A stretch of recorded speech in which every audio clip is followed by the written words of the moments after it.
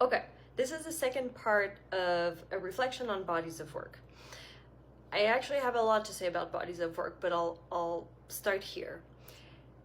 Researchers, like artists, make bodies of work, and I think that word body is actually really important and not incidental.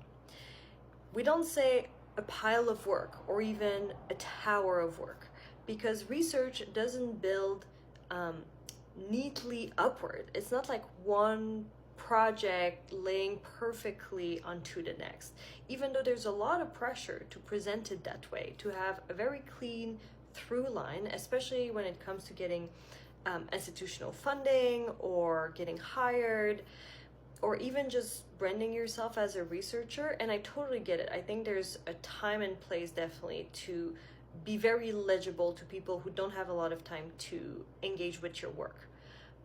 But that being said, research isn't like a tower. You know, when you work on a project, for instance, that project might end up shaping like an ear. And then another project that you work on might look more like a leg. And then another project might look more like a hand. And then you end up with all these body parts and you're kind of horrified because they seem quite unrelated to one another. And in fact, it's maybe a little gory.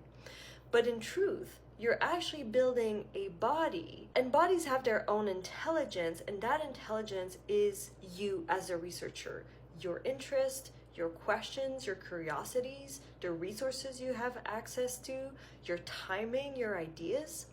And this is what brings all these elements together and give them their own intelligence. So instead of hiding these body parts, I think we as researchers need to embrace them and to really advocate for our bodies of work as, in fact, living things with their own unique forms of life.